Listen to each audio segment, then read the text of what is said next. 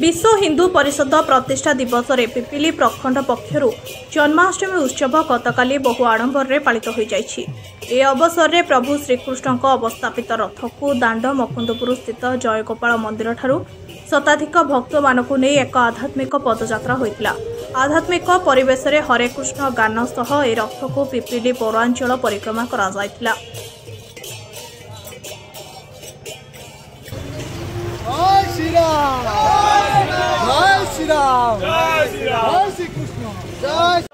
पिपिली हाट छकठारे एही रथ पहुंचवा परे सेठारे भव्य स्वागत करा जाय प्रभु श्रीकृष्ण को आध्यात्मिक हिंदू राष्ट्र चेतनार जागृत निमंते सेठारे एक सभार आयोजन होइतिला।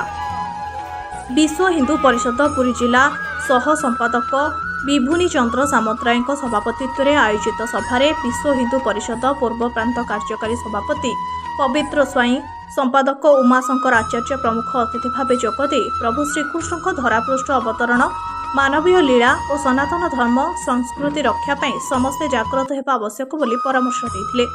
धर्मगुरु स्वामी लक्ष्मणानंद सरस्वती आज दिन में बलिदान संपर्क में आलोकपात करा जायतिला। पिपिली प्रखंड सभापति प्रभाकर पंडा संपादक मनोज कुमार प्रधान रंजित पंडा अन्य कार्यकर्ता माने कार्यक्रम को परिचालना करथिले। ब्यूरो रिपोर्ट पिपिल न्यूज। उमाशंकर आचार्य विश्व हिंदू परिषद राज्य सह संपादक। देखो 1964 मसीहा पवित्र जन्माष्टमी दिन विश्व हिंदू परिषद आरंभ होता। तो आज से दिन को मन रखापी आज दिन में विश्व हिंदू परिषद स्थापना दिवस एवं आज दिन में आमर ओडिशार किसी दुर्बृत्त माने जो मार्क्सवादी माओवादी हूँ वा जो दुर्बृत्त माने आतंकवादी माने से स्वामीजी परम पूजनीय स्वामीजी लक्ष्मण सरस्वती हत्या करते दिवस को आज बलिदान दिवस पालन कराऊँगी। श्रीकृष्ण जन्माष्टमी पालन करने आज दिन में पिपिली आम उत्सव पालन करूँ एवं आपण मान माध्यम आम समाज को जनईदेवा चाहूँ।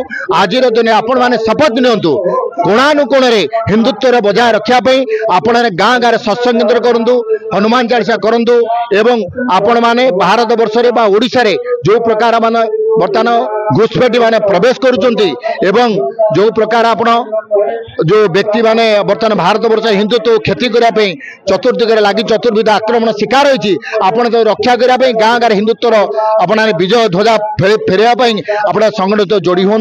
वंदे मातरम। भारत माता की जय श्री राम।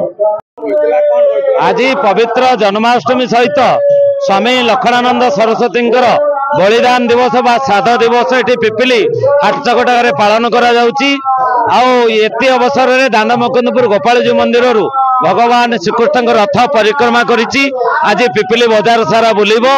एठी विश्व हिंदू परिषद अनेक कार्यकर्ता जोग देइथिले। आज स्वामी नखलानंद सरस्वती जे कि फुलवाणी चकापदरे संस्कृत विद्यालय करथिले एवं संकीर्तन इत्यादि शिखेकरी आदिवासी वनवासी नर नारी मान को हिंदू धर्म रे दीक्षित करई प्रचार प्रसार करैथिले।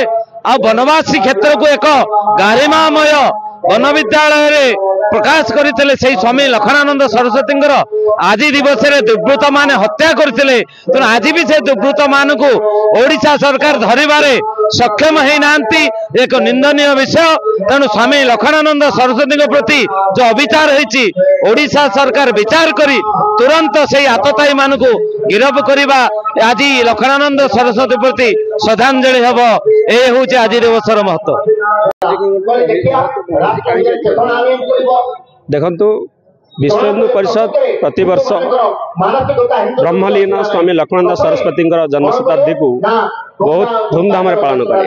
किंतु दुखर विषय हिंदू मानक यही दिन 2008 जन्माष्टमी दिन पवित्र जन्माष्टमी उपलक्षे जो हिंदू माने हजार हजार कोटी कोटी हिंदू समग्र भारत वर्ष तथा ओडिशा रे जन्माष्टमी को पालन करते से समय जलेशपेटारे एक लोमहर्षणकारी घटना घटी जाइतिला जहाँ समस्त हिंदू माने ताको परिचित अच्छा। ब्रह्मलीन लक्ष्मणानंद सरस्वती को भाव आश्रम पशि अत्यंत लोमहर्षण भावे आश्रम गुली करते बर्बरचित भाव हाणी हत्या करते समग्र हिंदू सनातन धर्मावलंबी मान कुठारघात करथिला एवं मनरे अत्यंत दुख देइथिला।